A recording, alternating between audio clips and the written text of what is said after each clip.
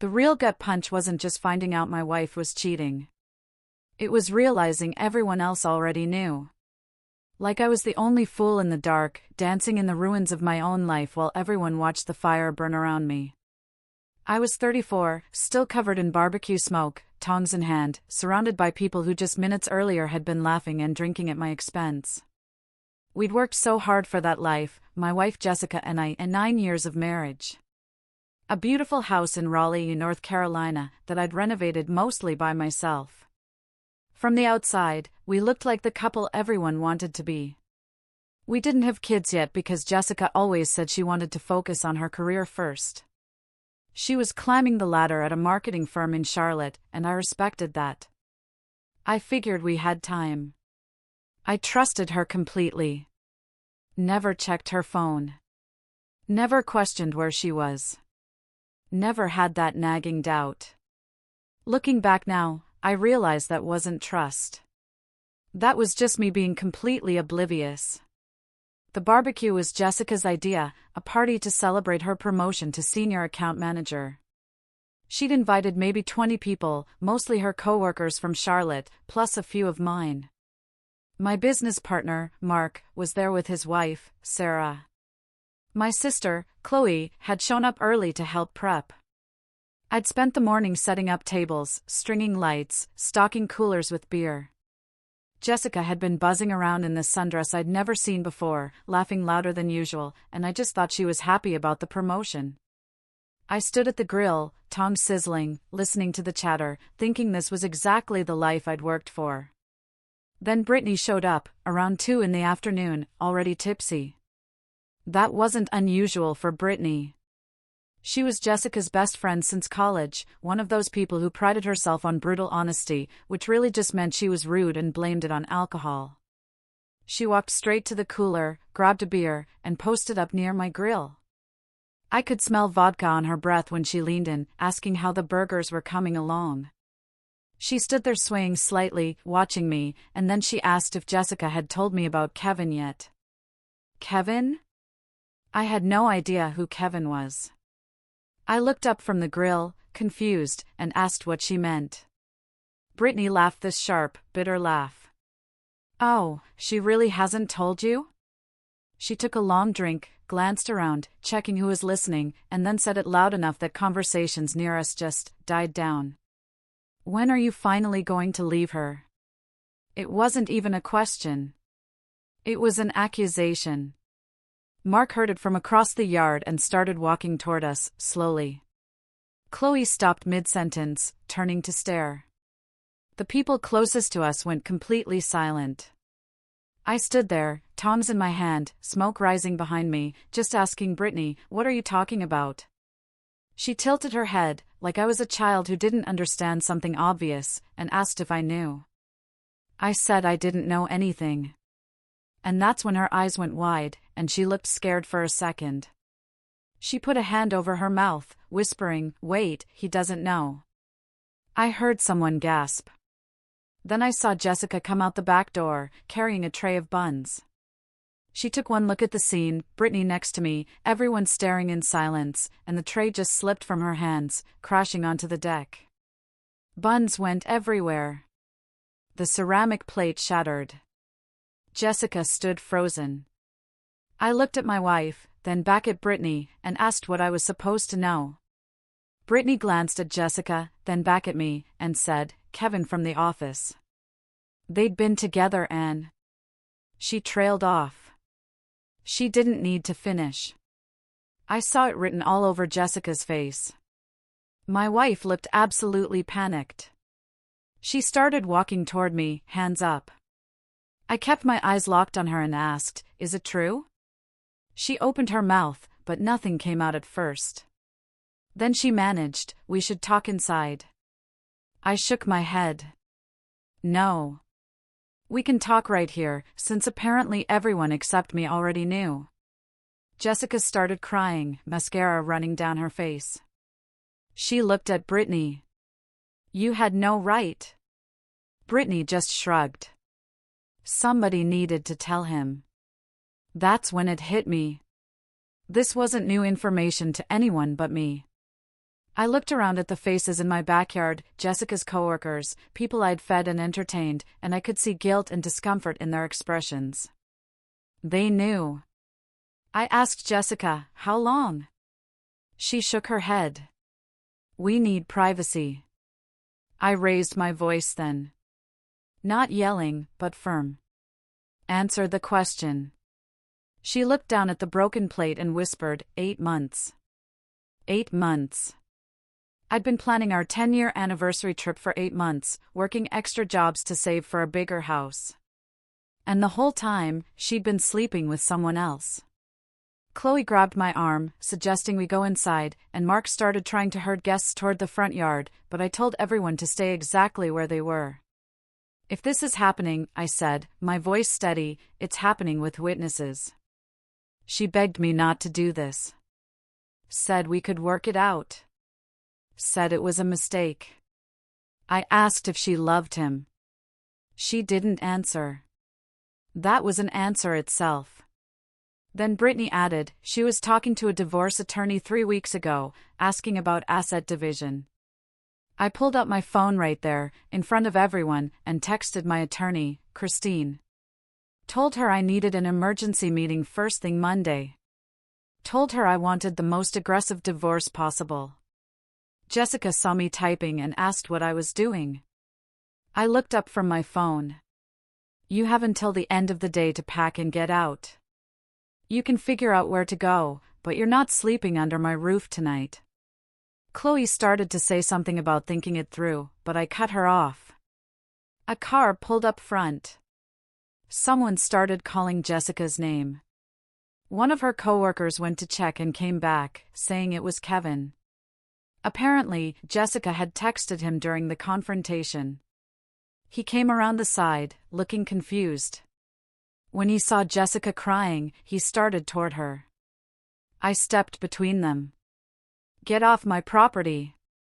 Mark grabbed my shoulders, saying it wasn't worth it. Kevin backed up, saying he didn't want trouble. I watched him get back in his car and drive away while Jessica sobbed. I went inside, grabbed my laptop and work files, threw some clothes in a bag, and walked past everyone without another word. Got in my truck and drove to a hotel near the interstate. Checked in and just sat on the edge of the bed. My phone started blowing up with texts from Jessica, from Chloe, from people at the party. I turned it off and stared at the wall. 9 years, gone in one drunken confession at a barbecue I'd spent all morning preparing for. It wasn't just the cheating that hurt. It was realizing how many people had known, how many people had watched me plan my future with someone who was actively plotting my financial ruin. I spent that night going through every memory of the past 8 months, trying to figure out how I'd missed it. The mandatory business trip Jessica took in March. The girls' nights that became more frequent. The way she started keeping her phone face down on the table. All these little things I'd brushed off now looked like exactly what they were, a pattern of lying and sneaking around. Around 6 in the morning, I turned my phone back on. It immediately started buzzing. Jessica had sent 43 texts, ranging from apologies to anger to begging me to come home. Chloe had sent a dozen, asking if I was okay. Mark sent one that just said, "I have your back." I ignored all of them and called Christine's office the second they opened Monday morning. Christine had handled the legal paperwork when I started my landscaping company, and I trusted her. She was sharp and didn't waste time. I met her at her office at 8:30 and laid out everything that had happened. She listened without interrupting, taking notes. When I finished, she asked if I had any proof beyond Brittany's confession. I told her I had 20 witnesses who heard Jessica not deny it. And Brittany had mentioned Jessica already consulting a divorce attorney, which meant she'd been planning this. Christine said that was good, but we needed more. We needed documentation, messages, anything that would prove Jessica had been strategically positioning herself to leave with half of everything I'd built. I told Christine about the house, how I'd bought it as a fixer-upper before we got married and spent 3 years renovating it, mostly with my own labor. How the landscaping business was something I'd started from nothing. Jessica had contributed financially once she started making decent money, but the foundation of everything came from my work. Christine asked about joint accounts and shared assets, and I realized Jessica had access to everything: our savings, the business account, even the credit cards tied to my company expenses. Christine said we needed to protect my assets today, not tomorrow. We spent the next 2 hours going through financial documents. Christine made calls to freeze joint accounts and set up new ones in just my name. She contacted my bank, got them to flag any large withdrawals or transfers from our shared savings, and helped me move my business funds into a completely separate account Jessica couldn't touch. She also drafted a formal separation agreement and said we needed to serve Jessica with divorce papers as soon as possible. Christine asked if I wanted to try mediation or go straight to litigation. I told her I wanted the most aggressive approach because Jessica had already shown she was willing to plan behind my back. She started outlining our strategy. We'd file for divorce, citing irreconcilable differences. We'd fight for me to keep the house based on my pre-marriage ownership and renovation investment. And we'd argue that the business was mine since I'd founded it before we married. The problem was, Jessica's name was on the house title because I'd added her after we got married, thinking it was the right thing to do. Christine said that complicated things, but wasn't impossible, especially if we could prove I'd put significantly more into the property than Jessica had. I pulled up records showing I'd paid the down payment from my savings. I'd done most of the renovation work myself, which saved tens of thousands in contractor costs. Jessica's only real contribution had been helping with mortgage payments the last 4 years. Christine said we'd need receipts for materials, permits I'd pulled, anything showing my personal investment. I told her I kept all that stuff because I'm obsessive about documentation for my business. She actually smiled and said that was going to save me. By the time I left Christine's office, it was almost noon, and I had a plan. I drove to my sister Chloe's place because I needed to talk to someone who wasn't a lawyer. She opened the door looking worried and immediately hugged me. We sat in her kitchen, and she made coffee while I explained everything Christine had said. Chloe listened and then asked if I was sure I didn't want to at least hear Jessica out, maybe go to counseling. I told her Jessica had been planning this for months, had only gotten caught because her drunk friend had a big mouth. There was nothing to hear out. Chloe said she understood, but she was worried about me making permanent decisions while angry. I told her I wasn't angry anymore. I was done. There's a difference between being pissed off and being completely finished with someone. My phone rang, and it was Mark asking if I wanted to meet up. I met him at a dive bar near his warehouse, middle of the afternoon on a weekday. He'd already ordered me a beer by the time I sat down. He asked how I was holding up, and I gave him the short version about Christine and filing for divorce. Mark nodded and then said something I wasn't expecting. He told me Sarah had known about the affair. His wife had known for about a month because one of Jessica's coworkers had mentioned it at some work event, and Sarah had been trying to figure out how to tell me without blowing up my life. Mark apologized for his wife keeping it from me, and I told him it wasn't his fault. At least now I knew the truth. Mark asked if I needed anything, and I said what I really needed was to know who else had been aware of this. Mark said he'd ask around quietly. And then he told me something interesting. He said Kevin had a reputation at Jessica's firm for this kind of thing. That he'd been through a messy separation from his own wife, Ashley, about 6 months ago over similar issues. Apparently, they were still in the middle of their divorce proceedings. So Jessica had picked a guy who was already destroying his own marriage to help destroy mine. Mark said Ashley might be worth talking to since she'd been through Kevin's patterns before. I went back to the hotel that night and found an email from Christine saying the divorce papers were ready and we could serve Jessica on Wednesday. She'd also managed to get me an emergency hearing to establish temporary orders protecting my business assets and preventing either of us from selling or mortgaging the house without court approval. My phone buzzed with another text from Jessica saying we needed to talk about the house and money, and I didn't respond. From now on, everything went through lawyers. Jessica got served with divorce papers at her office on Wednesday. According to Christine's process server, she'd made a scene, crying in front of her coworkers, before locking herself in a conference room.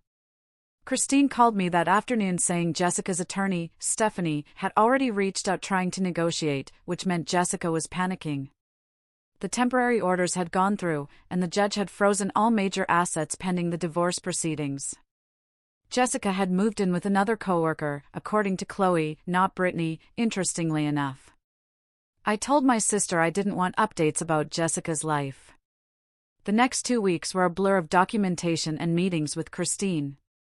We built our case focusing on my pre-marriage ownership of the house, my personal investment in renovations, and the fact that my landscaping business existed independently of the marriage.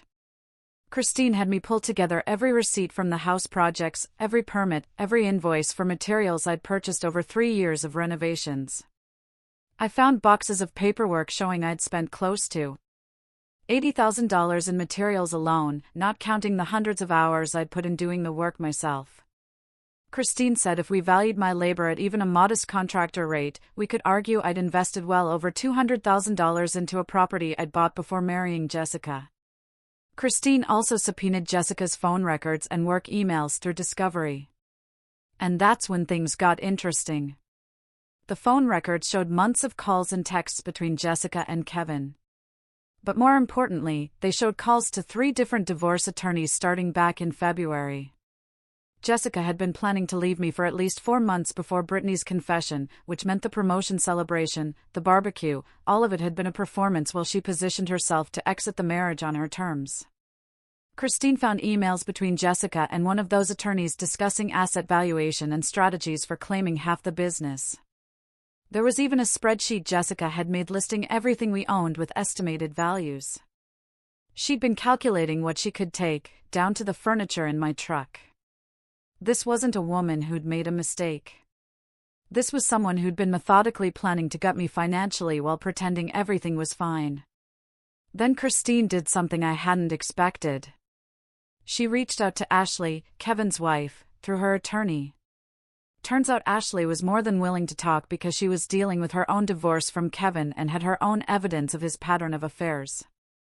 Ashley provided a statement detailing how Kevin had done this before, how he cheated on her with at least 2 other married women from his workplace, and how he specifically targeted women in relationships because he got off on the drama and destruction. Christine used this to paint a picture not just of Jessica's calculated planning, but of Kevin as a serial homewrecker who'd pursued my wife as part of a pattern. It wasn't about Jessica being special or their connection being real. It was about Kevin collecting married women like trophies and Jessica being naive enough to fall for it. Christine used all of this in our court filings, arguing that Jessica had acted in bad faith, had hidden her intentions while gathering financial information, and shouldn't be rewarded for strategic deception.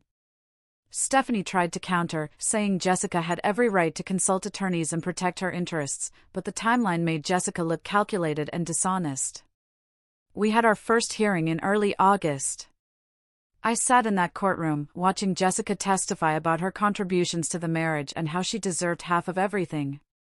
She was wearing this conservative dress, looking like the victim, and Stephanie asked her questions designed to make it sound like she'd been an equal partner who'd sacrificed her own career growth to support my business.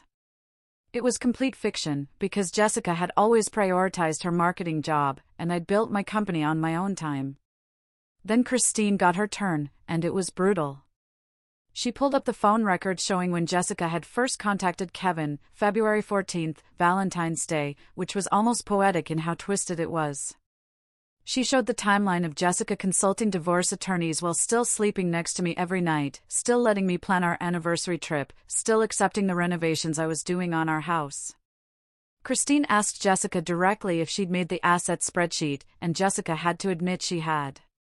When Christine asked why she needed that if she wasn't planning to divorce me, Jessica stammered something about wanting to understand our financial position, but it sounded weak, and the judge's expression made it clear he wasn't buying it.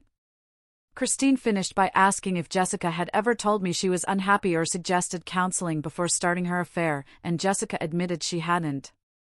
The judge didn't make a final ruling that day, but he granted me continued sole access to the business accounts and indicated he was concerned about Jessica's credibility given the documented timeline of her planning. We had another hearing scheduled for late September to finalize asset division. But Christine felt confident we'd won the important battle.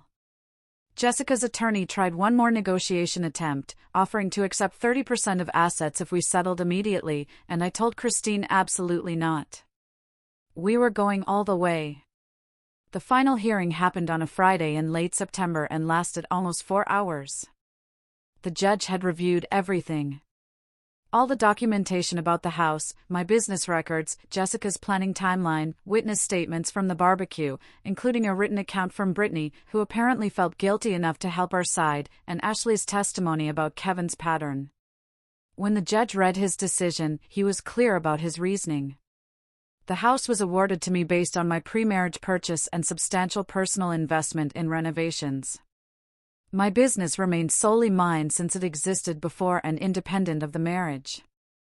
And Jessica was entitled to a small settlement representing her contribution to mortgage payments over 4 years. It came out to about $40,000, nowhere near the half of everything she'd been planning to take. The judge specifically mentioned her documented preparation to file for divorce while concealing her intentions as a factor in his decision, saying the court didn't reward strategic deception. Jessica started crying, and Stephanie tried to argue, but the judge said his decision was final. I walked out of that courthouse, and Christine told me the house would be legally mine once the paperwork processed. I thought about that for maybe 10 seconds before deciding I was selling it. I didn't want to live in a place that reminded me of Jessica every single day. I listed it 2 weeks later, and it sold fast because the neighborhood was desirable and I'd done quality work on the renovations. I made a solid profit, even after paying Jessica her settlement, and I used part of it to expand my landscaping business and buy a smaller place across town that was just mine. Chloe introduced me to her friend, Sophie, in November. We started seeing each other casually. I wasn't ready for anything serious, and Sophie understood that, but it was nice having someone to talk to who didn't know anything about my disaster marriage. My business grew because word got around about my work ethic and the quality renovations I could do. I heard through Chloe that Jessica and Kevin had moved in together. And honestly, I didn't care. They deserved each other. Brittany sent me an apology text around Christmas, saying she knew she'd blown up my life, but she'd thought I deserved to know the truth. And I actually thanked her, because she was right. Living in ignorance while Jessica planned to destroy me would have been worse than the public humiliation of finding out at a barbecue. At least this way I'd gotten ahead of it and protected what mattered. I still don't trust easily, and I probably won't for a long time. But it taught me that sometimes, the absolute worst thing that can happen to you is also the very thing that saves you from wasting another moment on the wrong person. Have you ever found yourself in a situation where everyone else knew something critical about your life before you did? How did you react?